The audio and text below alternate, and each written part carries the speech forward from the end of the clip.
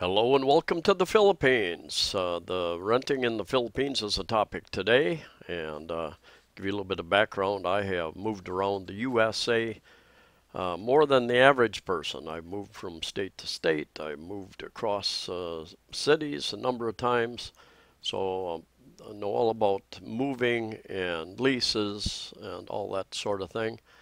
I've lived in 5 different condominiums here in Cebu City area of Cebu, the Philippines. Tell you a little bit about leases, a little bit about costs, a little bit about what to expect, um, how you might negotiate better deals. And during the present crisis, there are deals out there. There are tens of thousands of units sitting empty. If you've got cash, you find what you want, you're probably going to want to rent that unit. Those units were Amisa condos over on Mactan Island, where the international airport is. Generally, you get more space for your money renting a house than you do a condo or apartment. And apartments come in, condos come in many different sizes, as do houses, of course. I haven't seen this here in the Philippines, but the sky is the limit. If you've got the budget, the sky is the limit, pretty much, to buy or build. You cannot own land here as a foreigner. You can lease land. You can build a house and you can lease the land. I think it starts 25 years, and then you can renew it another 25 years. The larger cities have high-rise condominiums. Most of the other cities and towns, smaller cities and towns, don't have so many the condominiums. They have more apartments, perhaps townhouses, subdivisions with attached and detached housing to choose from. Or you just move into the various Filipino communities and you pick and choose. The best way to find something is to ask Filipinos. They're very well networked. They know somebody who knows somebody who has a place for rent, if you're especially if you're low budget. And I suggest you keep to that tight budget until you understand your costs. I'm going to make some generalizations here. Prior to 2020, the cost of renting was going up very rapidly in several of the larger cities. Demand was greater than supply, and this shows some of the areas, especially high-end Filipino overseas workers who are interested in real estate, but of course there are foreign investors as well. When world travel locked down in early 2020, millions of tourists did not come to the Philippines during 2020. Other millions of expats and tourists left the Philippines, go back to their home country, leaving tens of thousands, hundreds of thousands of units open. My experience over several months as I've been looking for a quieter place to live is that the location, of course, still commands some higher numbers occasionally. If you want to live right next to a big mall, that will be taken into account. I have found that almost everybody that I've talked to, and I've looked at several dozen units around Cebu City area specifically over several months, and that many of the units are discounted. About 20%. I've had a couple of foreigners who own a number of units. They've told me that they've dropped their prices, and they've found that right around 20% they start getting interest. I've been quoted 30% off by a number of people. For instance, something that was 35,000 per month before drops down to 25,000. 25,000 dropped down to 20,000 or 18,000, that type of thing. And the one particular real estate broker that helped manage many units here in Cebu City as well as Manila and I believe other cities stated that yes, they had lowered all their prices to try to attract and they pretty much gave up. Several other units used to be Airbnb. They gave up on Airbnb because of the travel restrictions and requirements. Unit I'm living in, they've actually had some Airbnb about every other day. Across the hall from me, we get another group of partying individuals, so I've come to understand why some condo units in different cities around the world are shutting down the short-term rentals. There are lots of options. My prediction, if let's just say in the next 6 months, by about the end of the year, about Christmas time, that these economies, travel starts opening up again a little more robustly, not just a few here and a few there with limitations on how many can travel and restrictions, but opens up more. It will take another 6 months to see tourism really pick up. And the winter time in the northern hemisphere is the big travel time when people want to come to the Philippines. And so if the Philippines actually gets their tourism started 7, 8, 9, 10 months from now, that's you're looking at summertime again, past the peak tourist season. So I suspect that the vacancy rates will remain high at least for another year. I think that's just based on what we've seen over the past 15, 16 months. Now the next step is, how do you find a place to rent?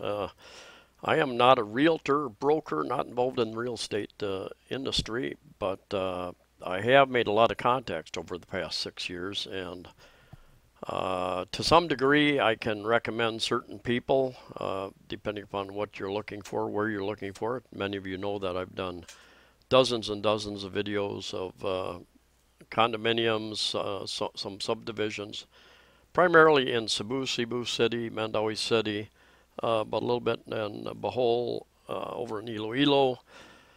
And I know a little bit about those areas. Got contacts in different areas. Competent people. There are a lot of salespeople out there, and they're trying to regulate the industry to get everybody licensed. That's going to take some time. I've found some people who are very, very knowledgeable and experienced and have all the proper registrations, and others who are salespeople, and as well as lawyers. If somebody needs a lawyer, I can recommend one or two as well. Of course, you have your online. Many realty companies have online sites. There are companies such as Lamudi and Philippines. Many just do a search online. You'll come across lots of different sites for rentals. Rentpad.ph, a number of them. Be careful that you don't get, some of these are duplicate listings. It's very easy to hijack a listing and put it on a different site. So be sure you're dealing with a reputable person and somebody that actually has either owns the property or has the authority to be renting it out. This is primarily a cash society. There are some places that will ask for post-dated checks for 6 months or a year, depending upon the length of your lease. And I've never done that. One place I was going to rent, because they required that, I didn't sign up for that. But they were very, very insistent that that was the only way they would accept. Every case I've had, I've taken cash. I've had deposit tickets or gone to their bank, and I have made deposits in their bank. Could also do a wire transfer into their bank, which I think is better in many cases. And even today, there are many places that are not listed online. You walk down the street, pick an area that you might be interested in, and there are signs and numbers, phone numbers. Place for rent, call this number.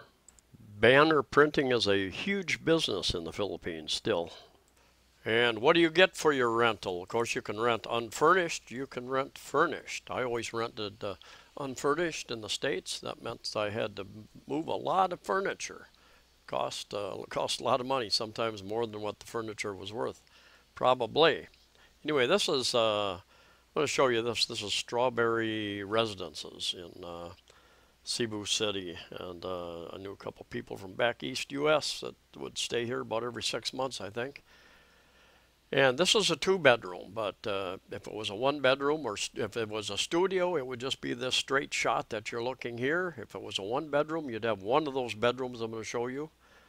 And this is a 2-bedroom. It was renting for 30,000 pesos, about 600 US dollars. A lot of times you will get a hot plate like this. Quite often only one hot plate. And you'll get a rice cooker.